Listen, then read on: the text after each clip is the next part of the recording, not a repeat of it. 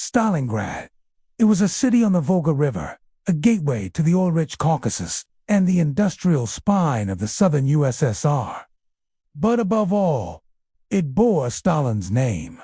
And for Adolf Hitler, that made it personal. Hitler's goals were now twofold: capture the Caucasus oil fields to fuel his armies, and strike a symbolic blow by taking Stalin's namesake city. He believed both would break the Soviet will. The summer of 1942 found Germany still deep inside Soviet territory, reeling from the brutal Russian winter, yet eager to resume the offensive. The operation was codenamed Fall Blau. Case Blue. Hitler split Army Group South into two, stretching his forces dangerously thin. One group, Army Group A, was sent to secure the oil fields. The other, Army Group B, was ordered to advance on the Volga and capture. Unlike Barbarossa, Case Blue was more focused, but just as ambitious. The split would prove fatal. By July 1942, German panzer divisions rumbled through the southern steppe. They took Kharkov, then they drove east, toward the shimmering ribbon of the Volga. Retreating armies left scorched earth in their wake. Rail lines were destroyed, bridges collapsed, and entire towns were burned to deny resources to the enemy. The Soviet defenses, at first, were chaotic. Stalin watched from Moscow, fuming. The Wehrmacht was again on the move. Relentless, brutal, efficient. Production was booming. The T-34 tank rolled off assembly lines by the hour, and Stalin's most trusted commander, General Georgy Zhukov, had begun to shape the defense. Soldiers who disobeyed were executed. Penal battalions, made up of political prisoners and disgraced officers, were sent to the most dangerous sectors to redeem themselves with blood. But this time, he had prepared. The Red Army was no longer the shattered force of 1941. New divisions had been trained. This was house-to-house, floor-be-floor, room-to-room combat. By late August, German units reached the outskirts of what they found wasn't a fortress. It was a sprawling industrial city filled with civilians, crumbling tenements, and Soviet factories still churning out weapons. The Germans called it Rattenkrieg, Rat-it war, and yet Hitler gave the order: destroy it. On August 23rd, over 1,000 German bombers reduced Stalingrad to ashes. His men were exhausted, freezing, and hungry. Ammunition was low. Morale was worse. Apartment blocks collapsed. Oil tanks exploded. Civilians were buried in rubble. The city burned for days. The Luftwaffe unleashed one of the most destructive air raids of the war, but instead of breaking Soviet resistance, it only hardened it. What was once a city of 1 million was now a graveyard. Yet, from the ruins, Soviet troops began digging in. Stalin's response was immediate and absolute. Not one step back. He issued Order No. 227, a chilling command that banned retreat under any circumstances. The Germans had no idea. As German infantry entered the smoking city in September, they found a new kind of warfare waiting. This was not blitzkrieg. Factories became fortresses. Sewer tunnels became highways of death. Piles of rubble were contested like castles, and the enemy was everywhere. Soviet snipers picked off German soldiers one by one. Mines lined every doorway. Booby traps killed soldiers who survived firefights. By now, Stalingrad was hell on earth. German Field Marshal Friedrich Paulus, commander of the 6th Army, pleaded for reinforcements and more supplies. He demanded total control of the city, nothing less. But the Red Army had other plans.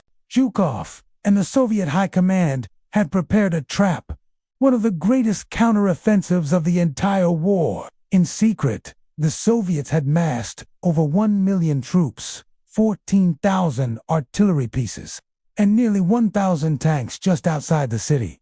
They believed the Soviets were nearly finished. They were wrong, and in November 1942, the trap would be sprung. November 19, 1942. The air over the frozen steppes was silent, but beneath that silence lay thunder. At precisely 7:30 a.m., Over 3,500 Soviet artillery pieces opened fire across the icy plains north of. The thunderclaps rolled like judgment. Flames lit the horizon, and within minutes, entire sections of the Romanian Third Army, tasked with guarding Germany's northern flank, were shattered.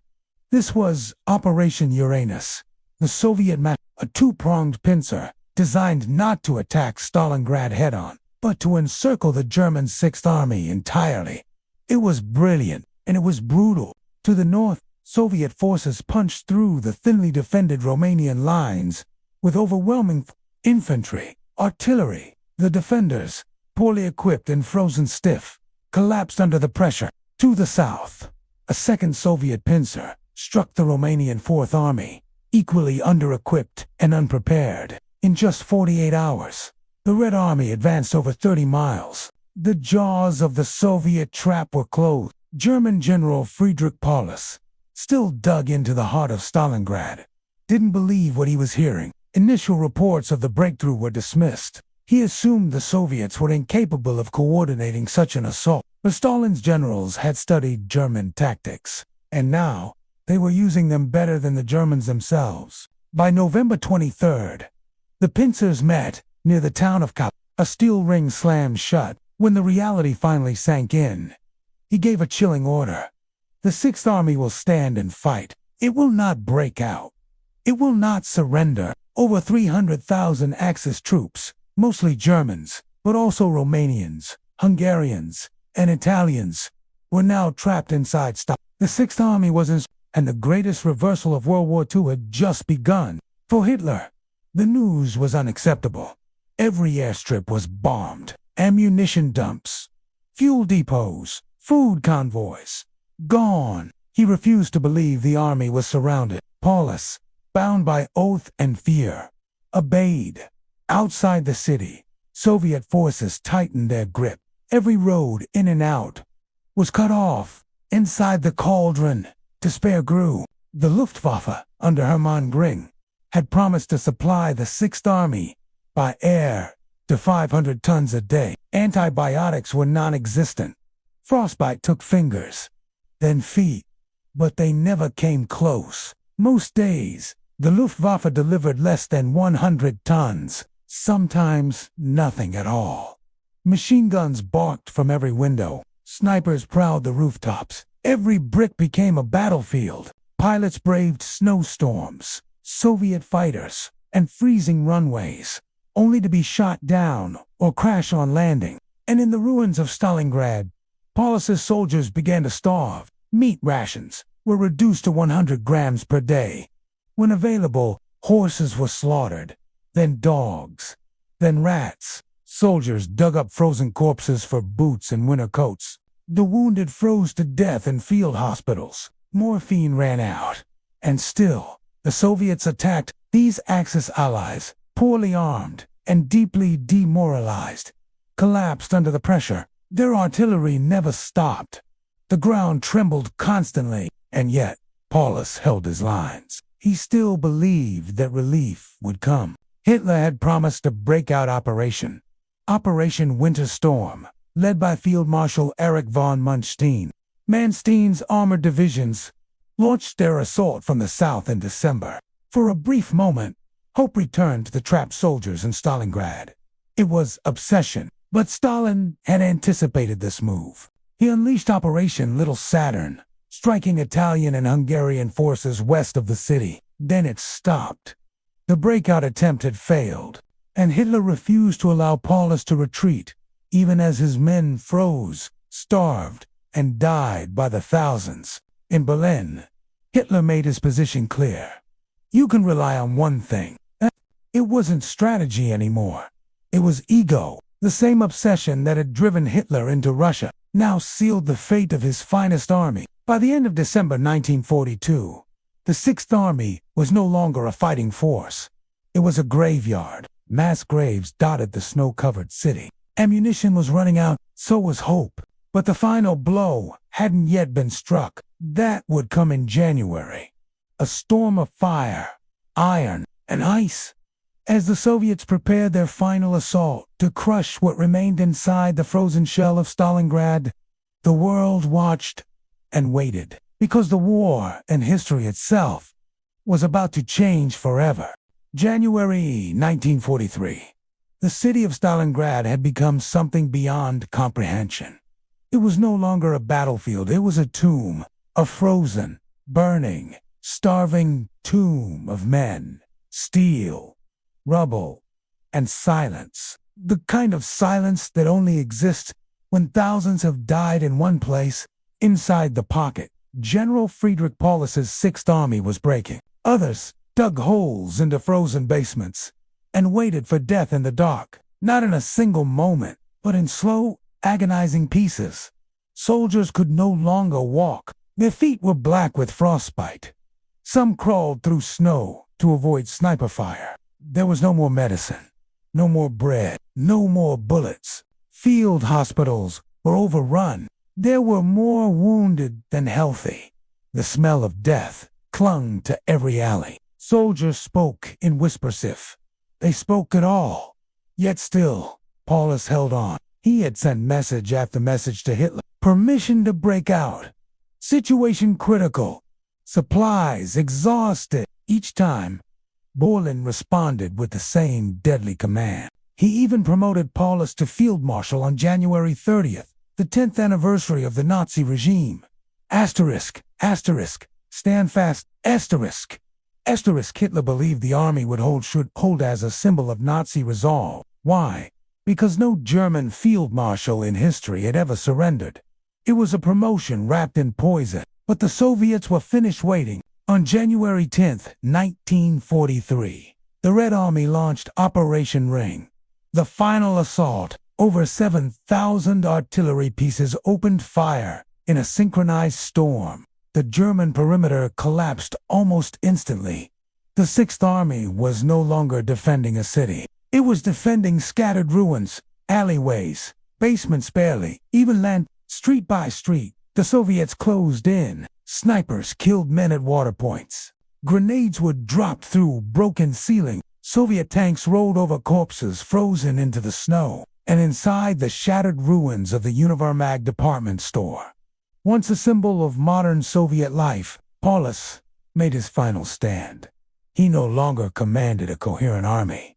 He commanded death. On January 31st, Soviet tanks and infantry stormed the building. They expected resistance. They found silence. When Soviet Major General Rokossovsky's men entered Paulus's command bunker, they found the field marshal sitting on a camp bed, pale and motionless. His hands trembled. His voice was barely above a whisper. He had surrendered. The Sixth Army had fallen. Over 90,000 Axis troops surrendered alongside him. It was the largest mass surrender in German military history. But of those 90,000, only 5,000 would ever return to Germany. The rest died in Soviet captivity. From wounds, cold, starvation, disease, or despair. The streets of Stalingrad, now silent again, held only ghosts. German soldiers had once marched into the city singing victory songs. Now, they left it in columns of misery, barely shadows of men, barely alive. Across Germany, the news hit like a thunderclap. For the first time, the myth of Nazi invincibility was shattered. There was silence. The German people, fed years of propaganda about triumph and destiny, now saw defeat on an unimaginable scale. In London, bells rang at Westminster Abbey. In Washington, President Roosevelt called it the turning of the tide. And in Moscow, no celebration, just grim, exhausted satisfaction. Because the Soviets knew one thing. This wasn't the end. This was just the beginning of the end. It had broken the German illusion of supremacy. It had turned Hitler's boldest gamble into his costliest mistake. And it had shown the world that, an unimaginable cost, that the tide of war could be turned. That even in fire and ice and death, resistance was possible. And so the ruins of Stalingrad, soaked in blood and scorched by flame, became something else. A symbol of suffering, of endurance, of turning points. From here on, the Red Army would push west relentlessly, ruthlessly, city by city. Berlin lay 2 years away, but the road had been cleared in blood.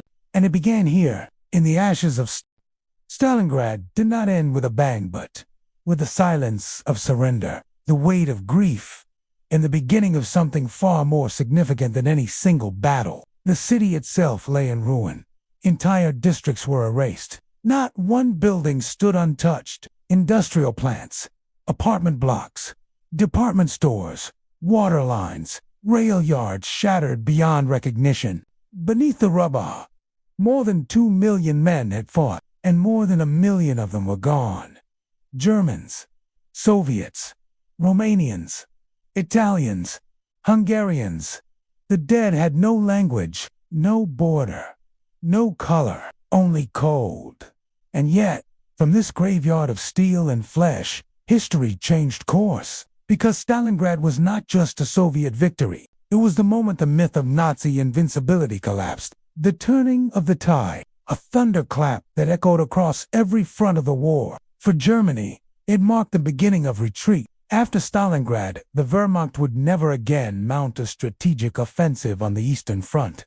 Instead, it would fall back, slowly, bleeding, always losing. In Hitler's private quarters, the news of the surrender was met with icy silence. No rage, no screaming, just quiet fury. The defeat had broken something inside him. From this point forward, Hitler grew more paranoid, more irrational. He blamed his generals.